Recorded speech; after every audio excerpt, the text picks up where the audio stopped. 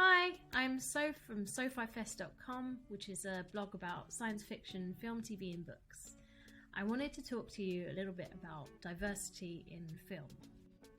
Do you ever fill in those equality and diversity forms when you start a new job? And it asks you for your race, your ethnicity, your sex, your gender, your age, and so on. Well, the intention of those forms is to prevent discrimination in organizations that you work for.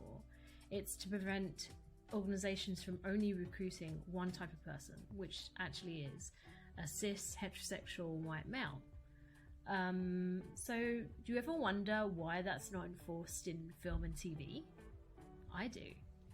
When I started working on Sci-Fi-BLOG, my intention was to watch more science fiction, and so I took the top 100 of sci-fi films and started to watch films that I hadn't seen before, and I noticed this massive lack of diversity of characters of both women, black, indigenous people of colour and people of colour in general, LGBTQ people, disabled people, neurodiverse people. So we're talking leads, supporting casts, and even behind the scenes, directors, producers and writers.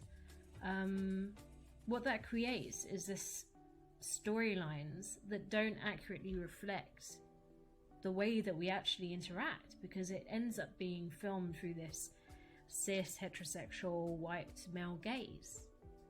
Washington Post in 2014 said that white men are 35% of the American population, and that's where a lot of the films that we watch come from, right? So why are 35% of the population dominating 99.9% of Hollywood? Isn't that weird to anyone else? Let's have a look at the stats. So in 2014, Lee and Low Books put out an infographic which showed some survey work that they had done on the top 100 domestic grossing sci-fi and fantasy films. That was at the time, obviously. And they found some startling things. Here are some of the stats that came out of it. Of the movies they reviewed, 12% of the movies had a female protagonist, 0% had LGBTQ protagonists, 8% had protagonists of colour. Of the 8 protagonists of colour, 6 were Will Smith, one actor, and the other cartoon. There were 1% villains of colour and 2% protagonists with a disability. The stats just don't lie. Science fiction is about science, technology, but also looking to the future. And by erasing all but cis, heterosexual white people, what you're saying to marginalised groups of people, marginalised children, is that you do not have a place in our future. Representation is so important, and this is why. So, looking at those stats, what can film and TV studios do about this? What can we do to make sure that there is diversity in film? Well, I've got a couple ideas, but if you have any more, then please comment and add to it. I would love to hear from you. So, yeah. Numero uno. So, this will be a hard sell for a lot of studios because we live in a capitalist society, but profit over people is part of the problem here. Marginalised groups are much more likely to struggle financially.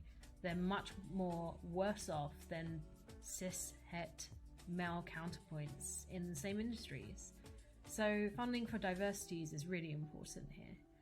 People want to see more diverse stories.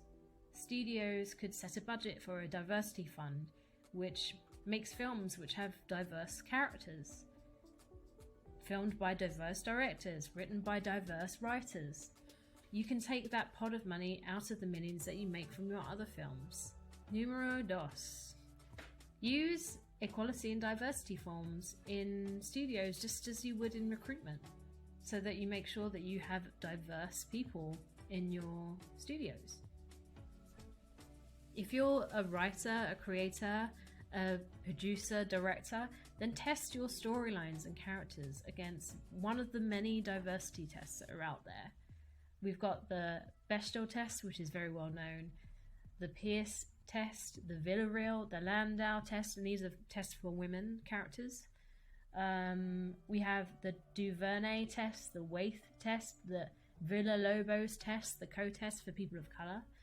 We've got the Vito Russo test for LGBTQ characters, and the Capriuni or the Dave test for disabilities. There are so many of these tests that you can weigh against your characters and see, wait a second, am I being discriminatory when I write stories with one of these characters? Maybe I'm being discriminatory by not including these characters, and by using these tests you have a benchmark of what you should be doing. Women, people of colour, LGBTQ people, disabled people, neurodiverse people are not some kind of prop for filmmakers to use, like in the background, like we're not part of society. We are.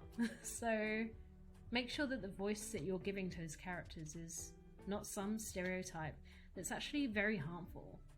And lastly, for the love of God, please stop putting cis heterosexual white actors in roles that are not really made for them. We have, for example, Jeffrey Tambor, who acted as a trans woman in Transparent, Scarlett Johansson playing a traditionally Asian role in Ghost in the Shell, Eddie Redmayne, an able-bodied actor, playing Stephen Hawking in The Theory of Everything. What? Why are we doing this? Why? Just stop. Stop. Just because you can doesn't mean you should. So those are just a few ideas of things that we can do to increase diversity in film. And I'm sure there are more. I would love to hear more ideas from all of you watchers out there. So if you have any, then please add them into the comments. So wherever the comments boxes will be, over here or here, up there, probably down here, right? Down here, cool. I hope it's given you some food for thought, and next time you watch a science fiction film, I don't want to ruin it for you, but I hope that you see that there is a definite lack of diversity in film, TV, and books that you read. In the meantime, thank you so much for watching, and I'll catch you next time. Bye!